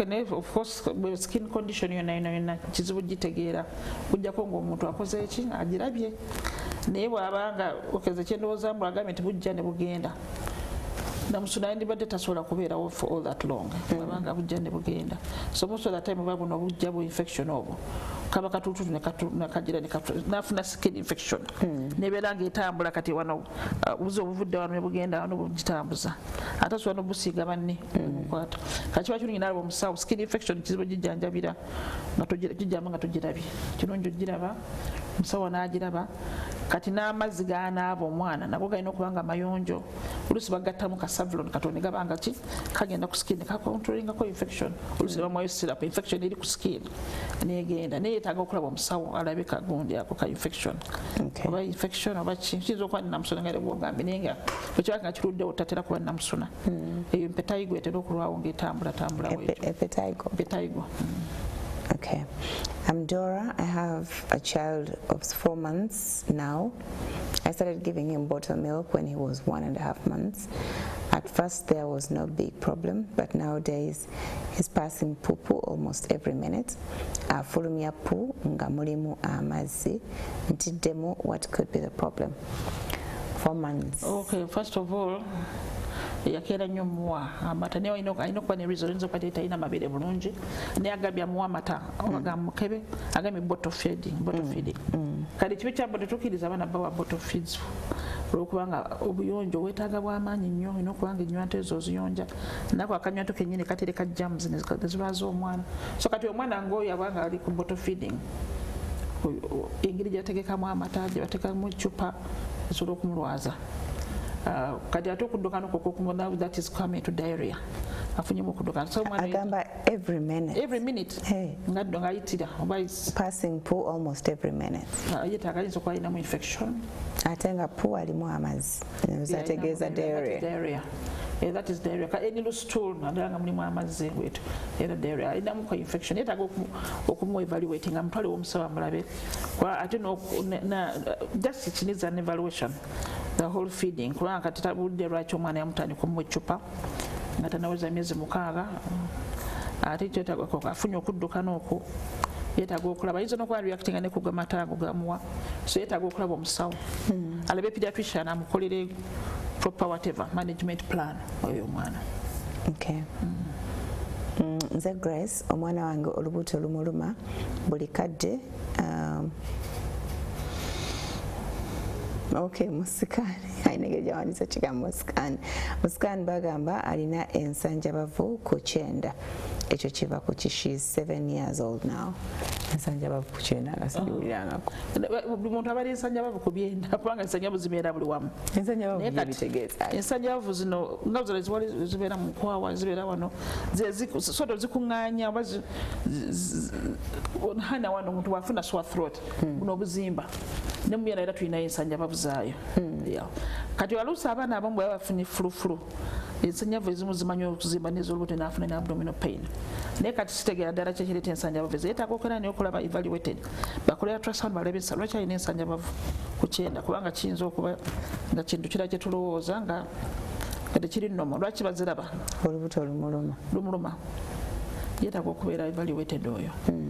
Nyewe baziraba mugundi bamugamba ki kosta kitunyonyodde? Hata tunyonyodde kubanga generally abantu abamu bafuna flu waliwo abafuna flu nafuna a lot of pain mu lubuto naye nga bagamiza ensanjabavu nga bwolwana flu nazimbya zino ensanjabavu oluusi n'ez'omuluuto azizimbya kubanga they are part of the intestines zimanyi okuzimba naye nga ziri part of the flu. Kati ezo ezigenda ku 9 paati kibeera erwadde guyinza okureactinga gonna as part of the flu syndrome. Flu ajja naye lusaba ayinza okuba nga alwaziza eyawe naye nga omubiri gwonna gulwadde olina omusujja omwana n'alwala nafunamu ne abdominal pain.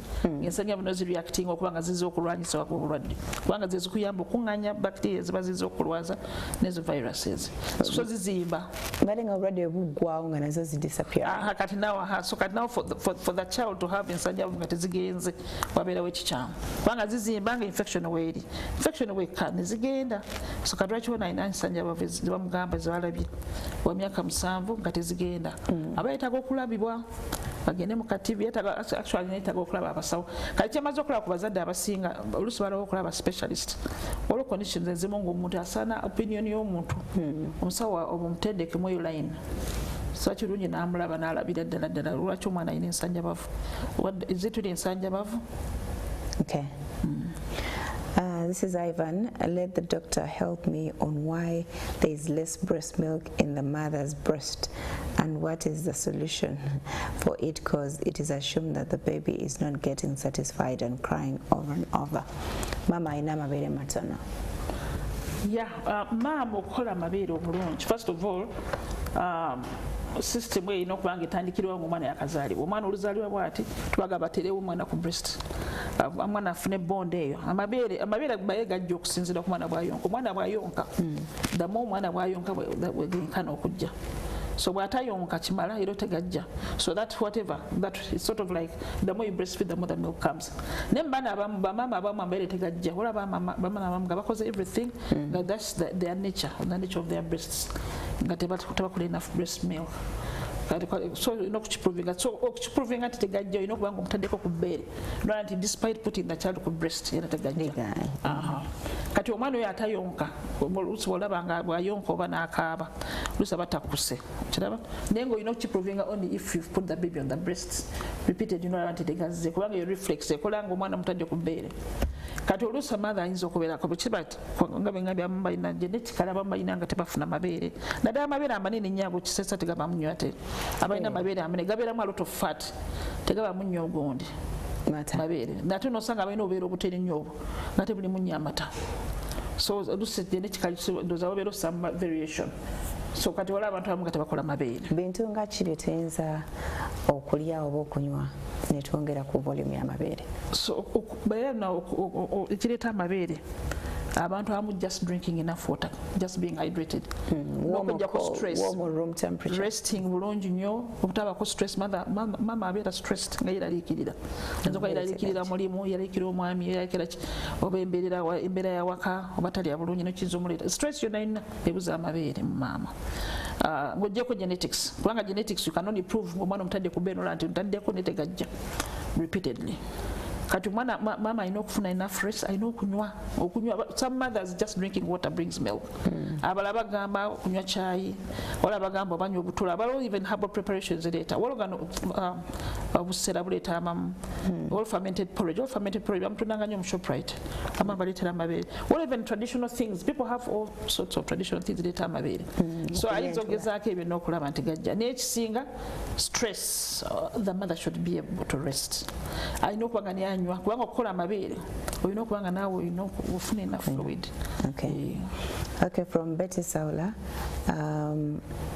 nsaba kumbuuliza ku musawo, mutabani wange alina emyaka 7 naye yakalwala kati emirundi 2. Ne bagamba nti talina musaayi ate kirala afuuyisa musaayi. Talina musaayi ate kirala afuuyisa omusaayi. Abasawo bangamba mbu nno abeera infection naye nze mpuliranga nkitya nnyo ekyokufuuyisa omusaayi. Ngamba oba mutwaleko mu badokita ab'abaana. Wabanga afuuyisa omusaayi kale kiyinza okubeerawo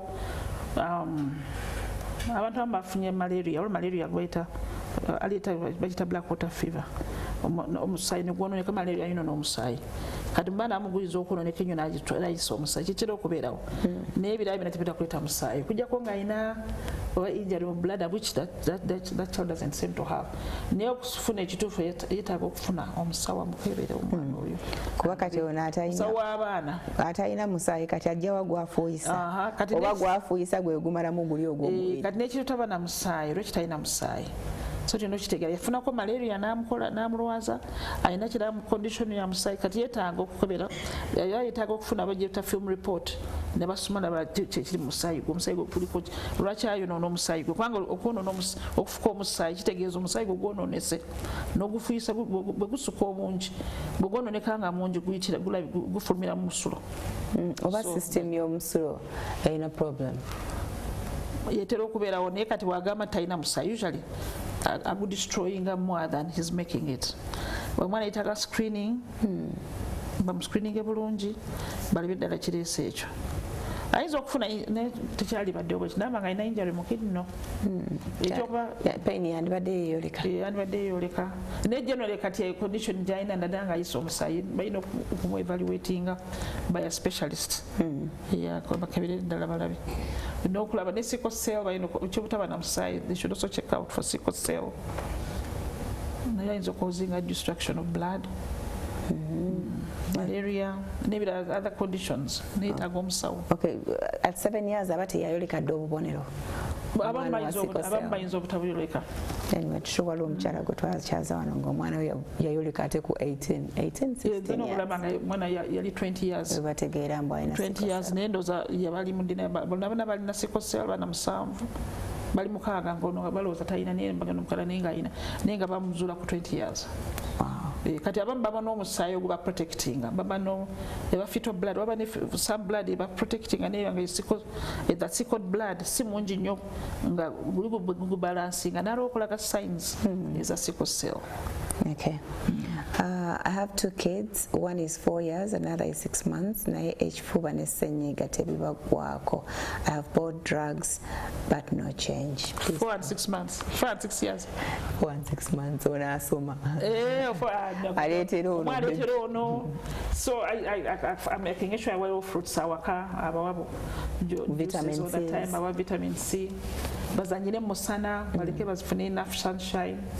Naye observing wabanga tekibaleetera gondi oluusi bayinza okuba a little bit of allergy balina allergies oluusi fula balemerako nnyo ayinamu a bit of allergies abamu naye even many allergies also people outgrow them so omwana kasitaba nga asobola looking out for danger signs omwana tassa bubi omwana assa kumukumu oba enyindo zibikidde kubanga oluusi babeera uncomfortable tasobola kufeedinga naddala oyo omuwere alina okumakinga sure nti amusaamu buli saline drops they can manage those flus teetaaga kuba kusula seasons antibiotics okugjako ng'alabye nti ng'alwadde nnyo afunye omusujja alina sore throat oba ki naye she can manage those things by just controlling that. Do you recommend herbal syrups for flu? Yeah, I think they are kusinzira ekibaamu kubanga sometimes tomanyi kibeeramu naye nga ziri okay bweziba nga teziriimu nnyo kubanga li zirimu antihistamines ezireeta abaana okwebaka I think they are fine. Abazadde abamu gye twaddukire atukooya antibiotics ezitaggwayo. Okay, where did I stop? Okay, my baby has been having nasal congestion from the time he was 1 week old. He is now 2 months old and still have the same problem. Is it normal? Yeah, nasal congestion. Ayekana okuyiritira waliwo abayiritira abo nga lusi kiba airway ngeri ekyadeveloping abamu bazaalibwa nga bwasawuliramu ekintu ekigira muli kibanga abanga ayinamu fulubobe ase kiba kiboba naye abanga ayinamu fulu nga abanga bwasakola noise naddala nga asika omukka munda wizinga wizinga kijja nga ofulumya omukka kino owulira nga bwasika omukka owulira nga guyitira muno nga owulira ebyanarrow airway naye usually they outgrow it abamu naye ekyokuyitira ekyo kimu oluusi bafunamu infection abamu nga actually yeetaaga okubeera cleared so yeetaaga naye okumukebera okulabira ddala. That is a long period for one to have flu ataggwawo. Waliwo flu atera okujja naye nga naye ali part of it goes with zinogondera azithromycin whatever some infection atypical not really pneumonia naye wabira infection ziyinza okulwaza abaana mu airway nezibanga kifune kirime na kimulemeramu yeetaaga just omusawo evaluating okulaba talina one of those flus ezirwawo okugenda naye naddala congestion okubanga omwana 2 months akyalina congestion tafune asthma ava kuki asthma ibeera overreactive airway kati eno agamba congestion kitegeeza awuliramu secretions muno nga ziri munda ayinza okuba yafulamu zino fulu ezirwawo nga zimu wali ezigenda wezitanga chlamydia ezimu nga zava from the way the child was born nayinza okuba yafunamu those infections nezimusigala mu gundi mu system. So era kitulala agenda alaba pediatrician. Okay. First, why is it that children from urban areas suffer more from infections than those in rural areas? Second question, my baby has something in her nose most of the time. What could be the problem? I don't know whether that is true. They are more overdiagnosed. They are overdiagnosed also for infection. But sometimes infection. It's not. It may just be a normal flu. Monjinyo. No longer sologena mulabu ye name diagnosing anaganta ina flu. Nenga tu omuchalo. Flu cha jakuba na chaza nye nacho. Kati nature olusi environment ya congestion. Resistance. Mkulidde mu buwuka mbumanyi omubiri gwabumanya tegulina kye gubugamba. Nekyo kibeerawo nene pollution our air that we breathe all these cars our air is not very whatever fresh kati omwana abeera muko allergies this air here in the cities emotoka ezo fumes ezo nfuufu emulwaza mu byalo musana mungi gumulwaza they have cleaner air esi emulwaza ddala abalina allergies abo kati abaana tutuuse batwala mu kyalo balime si kulima naye ndowooza kirungi okubeerako batwalako ne bafunako environment eri natural nga tali nnyo flat waggulu carpets nabeerako mu natural environment. Okay. My baby is 1 month old and 1 month and 2 weeks old. She has a heavy breathing while feeding. Is that normal? No, that's not normal. Kati ayinza okuba alina blocked nose, alina mugondera fulu bw'atyo ng'ennyindo, ayinza okufuna kubanga baba breathing and that means it's in the nose. Kitegeeza kati mu nnyindo muno mulimu ekiblocking ayinza okuba mu fulu kati some saline drops of salt solution ng'agenda okuyonka musule some ka drop ne kagina emnyina ne gisininga ne givaayo ate ayinza okuba nga ali nomo the rest of the day until you put them on the bed. Kati kibeerawo Then atandika okukaluubirizibwa mu kusa. Yeah. Naye era yetaaga kubanga akyali muto yetaaga sometimes better for them to be reviewed. Omusawo amureviewing naye kati in the meantime asobola okufunamu drops obunasaamu ayinza okuyafunamu kafulu nekata clearinga bulungi. Okay. Omwana alina kubikkibwa paka ku bbanga ki naddala omutwe abaana abamu akakofiira kano tebakaagala. So at what stage enkofiira tugisuule? I think maybe by 4 or 5 months omwana akuzeemu by 6 months abatakyetaaga naye oba otambudde ng'ogenda wala gimubikkeko kubanga still empewo waliwo ng'akyali muto olwokubanga sefesi y'omutwe mu mwana omuwere eba nnene kati empewo eyitiramu nnyingi nnyo esobola omufuwa so tugamba naddala omuwere avudde mu buwere I think after 3 but even after I think after like 6 months oyinza okulekeraawo depending ku weather ate bw'aba atandise okujjajjako kitegeeza agitegeera ate omwana watandika okusika banga like 4 months naye bw'aba otambudde ogenze wala oli ku baasi bamanyi okutambulira ku boda n'omusanga n'ekibbebi kito nga n'obugere buli bweru yena omusabiko oyo ng'otudde kubanga nyina omukulu n'avuga boda aba yeesabise kati bw'atuddeko oyinza otasumuta ayinza n'okuba oyo ng'alina muwaniya musabike boda zirina empewo mpitirivu. Okay, lastly, my twins are 1 year old, but every time we get sick and CBC is done, they tell me they are anemic. How can I overcome this? How old are the children? They are 1 year, let me confirm, 1 year old. Okay, omwana afunye anemia yabazaala batuuse so kubanga tebatuuse bayinza okuba tebatereka enough blood kubanga emyezi egisembayo ng'omwana ali mu lubuto the last 3 months mu lubuto omwana waterekera ebintu ebisinga especially the last 1 month aba storing ezo minerals ezigenda omuyamba ng'akula kale oba teyatuuka bulungi kiyinza okukireeta ne malaria yenyini ayonoona omusaayi gw'abaana so kiba kirungi n'akebera abeegeti malaria abaana bali mu net nekira worms abaana bafuna worms as early as 6 months. So we deworm them. We keep deworming every after when? I think every 6 months children should be dewormed. Okay, twice a year. Yeah, kubanga ti worms ndebi abana bali clean environment then you see them vomit. Nekino kibebi kyebakazala to deworm. No, after 6 months. Okay. Akadde kaduse, but there is an urgent one here. Jesagala kuleka. My brother's child got up yesterday with his legs paralyzed. He's 7 years old. We went for medication and we were told it's malaria. I am worried because the boy is just crawling and with so much pain. Malaria is one of those diseases that okuleta joint pains. Naddala nga wamaanyi naye in fact onala kuno omulwadde omukyali agenda ku wodi y'amagumba nga balowooza amagumba ge olwadde nga malaria yamutute so malaria can give you joint pains naye okubanga asanyaladde kitera kubeera common alwawo okumujanjaba omwana obulwadde ne bumulya bamukuba mpiso yeetaaga mu evaluation kubanga wadde wabeera joint pains tesitera kubeera nga zikulemaza bwotyo malaria just nga mulwadde nnyo empisa edda zaatulemazanga bamukubye empiso eno kubanga tukyakuba abaana mpiso obubiina kubanga eddagala liriwo teryetaaga kuba mpiso jamesowa so kati yeetaaga okubeera n'okukeberebwa kubanga abaana kyendayo ku bazadde abasinga balwawo nnyo okukozesa abaspecialist baabwe kati amaliro gaffe gonna gali mu regions gali mu pediatricians so kati those are children olusi tebatera kubaawo naye okukola appointment namureviewing naye kati amagumba ge galuma yeetaaga okwebera ebirala byonna lwakyakamu bakebera manya nti kati tuyinza okugamba nti asanyaladde amagulu balina okunoonya ne meningitis okiraba meningitis balina omukebera baddeewo omusawo bagende w'omukugu betaaga omukugu badde mukebera obwo nga I hope it's not meningitis oyinza okulowooza nti alinyowadde naye nga alina negondi stiff neck alina ebirala byonna ebimuluma. Alright, that's it for today. Thank you so much for being around. Twadini Dr. Elizabeth Namagala for Jericho Ministry of Health Akuguka mu by'abaana. Until tomorrow, God bless you.